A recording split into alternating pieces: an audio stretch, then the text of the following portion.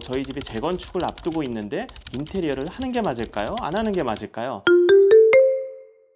안녕하십니까, 홈루댄스입니다. 자, 저는 오늘 여의도 수정 아파트에 나와 있는데요. 오늘 특별한 주제를 가지고 좀 얘기를 해보려고 이렇게 나와서 촬영하게 되었습니다. 자, 여러분, 제가 상담을 하게 되면은 굉장히 많은 부분들에서 이런 질문들을 많이 하세요. 저희 집이 재건축을 앞두고 있는데 인테리어를 하는 게 맞을까요? 안 하는 게 맞을까요? 지금 보시는 분들도 이런 고민하시는 분들 많을 거라 생각합니다. 자, 보통 재건축을 앞두고 있는 아파트라고 하면 40년, 50년 정도 된 연식의 아파트들이 굉장히 많죠. 특히 목동이라든지 서울권에서는 반포, 제가 있는 여의도, 이렇게 굉장히 곳곳마다 재건축을 앞두고 있는 아파트들이 많은데, 사실 이 정도 연식이 되면은 디자인이나 레이아웃, 형식의 문제가 아니고 기능적인 것에 문제가 하나둘씩 생기기 마련입니다. 단열이나 곰팡이, 배관의 문제, 전열의 문제, 심지어 반포에 있는 아파트들 가보시면 여전히 110V 쓰고 있는, 그래서 이 컨버터를 사용해야 되는 아파트들도 지금도 있어요. 자, 그래서 살면서 이걸 고쳐야 되나 아니면은 내가 퇴거를 하고 고치고 들어와야 되나, 이런 고민들을 하는 거 저도 충분히 이해가 됩니다. 자, 재건축이 곧 된다고 해도 10년에서 15년 정도 걸리고 착공 직전 단계라고 해도 최소 5년에서 7년 정도는 생각하셔야 됩니다. 자, 그럼 우리가 예를 한번 들어볼까요? 우리 지금 개포자이 프레지던스라고 하는 예전에 개포주공 4단지 아파트가 이게 재건축 논의가 시작된 지가 언제인 줄 아세요? 1996년입니다. 무려. 첫 삽을 뜬 해는 이제 10년이 훌쩍 지나서 2017년도에 첫 삽을 떴고, 이걸 토탈로 하면 무려 21년이나 걸렸어요. 그리고 오늘 제가 촬영 중인 여의도 수정 아파트는 2024년도 초 기준 정비 계획이 막 가결된 상태여서 아무리 순조롭게 진행한다고 해도 입주는 제가 봤을 때 2030년 전후 정도 될 거라 생각이 됩니다. 앞으로 6, 7년을 우리는 어떻게 살아야 할 것인가? 아니, 그럼 왜 이렇게 오래 걸려요? 답은 진짜 간단합니다. 왜냐하면 이해관계가 너무 다양해서 그래요. 이 같은 단지인데도 건축 시기와 구조가 달라서 면적을 산정하는 방식 자체도 좀 다르고, 오래 거주한 주민과 비교적 최근에 고가에 매입한 주민 간의 이 기대 수익의 차이도 있을 뿐더러, 또 무엇보다 여기 단지 내에 있는 상가와 주민과의 갈등 같은 것들도 산재해 있기 때문에 그런데요. 자, 대표적인 예가 대치동 은마 아파트인데요. 상가는 용적률 지분 확보를 위해서, 또 주민은 빠른 진행과 이 쾌적한 환경을 빨리 구축하고 싶어서 이런 이해관계가 달라서 이 몇 년씩 지연되는 겁니다. 자, 그래서 오늘 주제는 제가 혼자 하기에는 좀 너무 장황한 감도 있어서 저희 나주균 본부장 함께 모셔가지고 또 수정 아파트 컨텐츠 한번 찍어보도록 하겠습니다. 안녕하세요. 오늘 여의도에서 인사드리고 있는 홈루댄스의 나시균 본부장입니다. 자, 그래서 우리가 재건축이 왜 이렇게 지연되나 또 깊이 들어가 보면은 이게 건축비하고도 맞물려 있는 부분이 있습니다. 그게 또 깊이 들어가면 저희 인테리어 비용하고도 이렇게 맞물려 가는 부분들이 있고요. 코로나 이후로 자재비랑 인건비가 엄청 폭등돼서 많이 올라가고 있죠, 금액이. 네, 저희 인테리어 기준으로도 저희가 초기에 브랜드에서 영업을 시작했을 때는 평당 99만 원, 100만 원 이런 내용들도 굉장히 많았었는데, 네. 저희 루덴스가 평당 140만 원을 이벤트로 만들어서 마케팅을 할 정도로 지금은 거의 140에서 시작해서 200만 원, 300만 원까지도 우습게 올라가는 그런 인테리어 비용 시장이 되어 있고요. 건축 비용에 대해서는 네. 더 심하겠죠, 이게. 훨씬 심합니다. 이건 재건축도 마찬가지인데, 현재 기준으로 재건축 공사비는 평당 1,500만 원 정도까지도 지금 올라가고 있어요. 수도권 기준으로. 개발 부담금 자체가 증가하니까 입주자랑 갈등이 또 생기고, 이게 또 지연되고, 이게 협의가 안 돼서 또 지연되고, 이렇게 하다 보니까 아까 맨 처음 예시 들은 것처럼 21년 이렇게 이제 소요가 되는 겁니다. 한 아파트 단지를 재건축하는데 조 단위까지 금액이 책정되고 있고, 이 금액을 누가 내느냐 이런 이슈들도 있고요. 또 재건축을 원활히 진행한다라고 하더라도 지금 여기 살고 있는 저는 또 어디론가 나가야 되잖아요. 잠깐. 그렇게 나갔다가 다시 들어오는 입주비에 대한 이슈들도 있고, 도면이라던가 모든 인허가 그리고 시행사까지 다 선정이 완료된 이후에도 부수적인 비용들 때문에 지연되는 게 2, 3년 이상은 되는 것 같아요. 자, 그래서 재건축을 앞두고 있는 우리 아파트, 이걸 인테리어를 하는 게 맞느냐 아니면은 안 하는 게 맞느냐 라고 질문을 다시 던져보신다면 저희는 인테리어 하는 것을 추천드립니다. 저희가 지금 현장을 리뷰하고 있는 이곳 수정 아파트도 재건축에 대한 논의들이 미비하게 흘러가고 있다가 저희가 인테리어 계약을 진행한 이후에 갑자기 좀 박차가 가해졌어요. 네.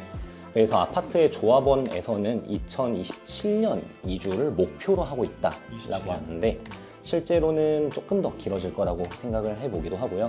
우리 고객님께서 짧게는 2, 3년, 길게는 5, 6년 동안 이제 거주하게 될 이 집에 어떤 부분에 힘을 주고 또 어떤 부분은 조금 더 쉽게 풀어나갔는지 이런 내용들을 현장을 한번 둘러보면서 재건축 예정인 아파트는 이 정도로 인테리어 하면 좋다, 이렇게 한번 둘러보는 시간으로 갖도록 하겠습니다. 자, 단정한 현관부터 소개시켜 드릴게요. 자, 보통 통상적이라면 양쪽에 장을 넣던지 저희 이전 영상처럼 벤치형을 짜서 뭐 하단 쪽도 수납을 할 수 있겠지만, 아까 저희 재건축 이슈와 맞물려서 추후에 6, 7년 이후에 이 재건축이 시행됐었을 때 과연 이 자녀분이 성장함에 있어서도 이 집에 계속 거주할 것인가, 그런 시기적인 포인트도 이 디자인에 반영됐다 보시면 될 것 같습니다. 그래서 수납보다는 지금 현재에서 좀 약간 스파성으로 포인트성으로 넣을 수 있는 이런 서랍재나 벤치를 대용할 수 있는 작은 장 같은 거 이렇게 넣어서 보신 거 볼 수 있고요. 시발 너무 예쁘죠? 자, 이렇게 해서 바닥도 타일로, 미감 있는 타일로 예쁘게 마감을 해드렸고, 중요한 포인트가 하나 있는데, 이 앞쪽에 중문을 받아주는 이 측면 쪽이 원래는 이 현관부터 나가는 이 직선상의 라인의 벽체였습니다. 그러다 보니까 지금 보여지는 시야적인 이 사이트가 조금 지금보다는 훨씬 더 좁게 느껴져서, 그래서 이 벽체를 철거를 하고 왼쪽 방에 있는 방을 이 가족 구성원의 드레스룸으로 사용하기 위해서 이쪽 벽체 부분에 중문을 받아주는 후면으로 문을 뒤로 밀어서, 그러면은 남는 공간이 있겠죠. 이 부분이 이제 팬트리 공간입니다. 막혀 있던 이 부분을 용도에 의해서 후퇴하는 것도 있지만 사이트도 확장되어서 공간이 조금이나마 좀 넓어 보이는 효과를 줬다, 그렇게 보시면 좋을 것 같아요. 자, 안쪽으로 들어가 보겠습니다. 네, 저희 수정 아파트의 거실입니다. 우리 자녀분이 어리다라고 말씀을 드렸었는데, 그럼 이 어린 자녀분이 지금 재건축을 앞두고 있는 아파트에서 어느 라이프 사이클을 가지게 될까? 이것도 이제 좀 고민할 요소인 것 같아요. 저희가 보통 하는 것처럼 인테리어 수명을 한 10년에서 15년 정도쯤 잡았다라고 하면은 유치원생인 아이가 고등학생이 되고 초등학생인 아이가 대학생이 되고 이럴 텐데, 우리는 이 집의 인테리어 수명을 최대 5년으로 잡고 있었습니다. 그렇다 보니까 아이들의 침실 2개를 한쪽으로 모아두고 거실의 뒤쪽 벽을 철거를 했어요. 그래서 이쪽에 이렇게 이제 포켓 도어로 연출을 하여서 문을 열었을 때 안쪽을 아이의 놀이방으로 확장할 수 있게끔, 그래서 거실에서 우리 고객님께서 TV를 보시거나 어떤 업무를 보실 때에도 뒤쪽에 아이들을 내 눈에 두면서 쓸 수 있게, 그래서 방 하나를 과감하게 자녀방으로, 놀이방으로 만들 수만 있었다라는 거, 이런 것들도 어느 정도 우리 연식이 한정되어 있는 곳에서 해볼 수 있는 인테리어 요소들인 것 같습니다. 여기 50년 된 아파트 치고는 지금 주방 공간이 엄청나게 넓어요. 네, 키 큰 장과 아일랜드 그리고 다이닝 공간까지도 새로 꾸릴 수 있을 정도로, 그리고 하나하나의 오브제들도 지금 되게 커요. 근데 원래 이런 구획으로 레이아웃이 나와 있던 평면은 결코 아니었었고요. 네, 원래 기존 주방은 이 측면 쪽에 있던 여기 공간이 이제 주방 공간이었고, 이제 예전에 평면에서 보셨듯이 이제 식모방이라고 하는 도우미 방이었습니다. 그 부분을 철거를 해서 이러한 연식으로 연출하게 되었죠. 네, 그 당시에는 뭐 되게 많은 인원들이 서울로 이렇게 올라오기 시작하면서 가사 도우미를 쓰는 비중이 40%까지 됐었다라고 해요. 그 정도로 우리 여의도 아파트의 경우에는 특히나 중산층 이상을 목적으로 만들었었던 아파트 단지들이다 보니까, 여기 수정 아파트 옆에 시범 아파트, 광장 아파트 네. 모두 다 식모방을 가지고 있다는 게 조금 특색이기는 합니다. 이 지금 보이는 이 형식 자체는 요즘 근래에 성행하고 있는 인테리어 트렌드와 맞물려서 크게 새로울 건 없지만, 이게 50년 전이라고 하면은 굉장히 나올 수가 없는, 그때 당시에는 참 나오기 어려운 구조를 이렇게 좀 개선을 해서 만들어 드렸다. 아무래도 이제 어린 자녀가 있는 집이다라고 말씀드렸다 보니까 여기도 한쪽에다가는 이렇게 폴딩으로 카페장을 만들어 드렸어요. 폴딩으로 카페장을 벽 쪽으로 열어두면은 제가 어떤 조리를 하거나 했을 때도 문이 따로 제 동선 안에 걸리는 것들이 없다 보니까 좀 유연하게 사용할 수 있는 공간으로서 만들어 두었고요.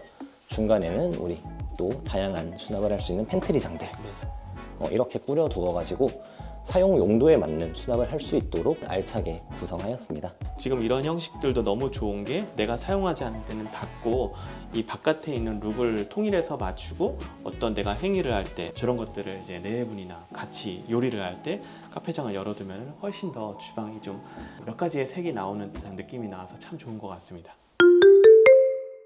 여의도 수정 아파트에서 재건축 관련 이슈와 그리고 여기 현장 리뷰 간단하게 저희가 촬영을 해봤는데, 초도에 제가 말씀드렸던 것처럼 재건축을 앞두고 있는 아파트가 인테리어를 들어가는 게 맞냐 안 맞느냐 라고 물어보신다면은 사실 여의도 안에서도 지금 재건축을 앞두고 있는 아파트들이 다소 있잖아요. 네, 여의도 광장 아파트라던가 시범 아파트 뭐 이런 아파트부터 시작해가지고 재건축이 조금 특이한 형태로 이제 완공이 되어 있는 옆에 여의도 브라이튼도 있습니다. 지금 일반 분양이 아니고 전부 다 렌트로, 네, 임대 분양으로. 네, 임대 분양으로 이렇게 지금 시행한 아파트 단지도 있으니까 각각의 아파트 단지마다 이 시행하는 속도도 다르고, 재건축이 확정됐다고 하더라도 아까 말씀드린 것처럼 최소 6년에서 최대 10년까지 이렇게 최장 지연될 확률이 있다 보니까 그런 부분에서 내가 그 공간을 온전하게 사용할 수 있냐라는 관점으로 접근해 본다면은 그 인테리어의 금액을 효율적으로 생각하는 데는 도움이 될 거라 생각합니다. 저는 이렇게 재건축 앞두고 있는 구축 아파트의 경우엔 특히나 기초공사로 넘어가는 설비 쪽 조금 더 많이 신경 쓰셔도 괜찮다라고 생각을 해요. 특히 설비 같은 경우는 나중에 우리가 집에 차익 같은 것들을 받을 때 그런 세금 감면에 대한 이슈들도 있을 수 있으니까 꼭 설비라던가 수도 이런 것들 꼼꼼하게, 창호 이런 것들은 다 꼼꼼하게 잘 챙겨가지고 공사를 하시더라도 나중에 되려 돈 버는 공사가 될 수 있으니까 이렇게 기초부터 잘 쌓아두는 그런 공사를 저희는 제안드리게 될 것 같습니다. 네, 저는 현장 영상, 다음 큰 주택 영상 기다리고 있습니다. 그쪽 현장 영상에서 찾아뵙도록 하고, 저는 홈로덴스의 한채연, 네, 홈로덴스의 나지균이었습니다. 감사합니다. 네, 감사합니다.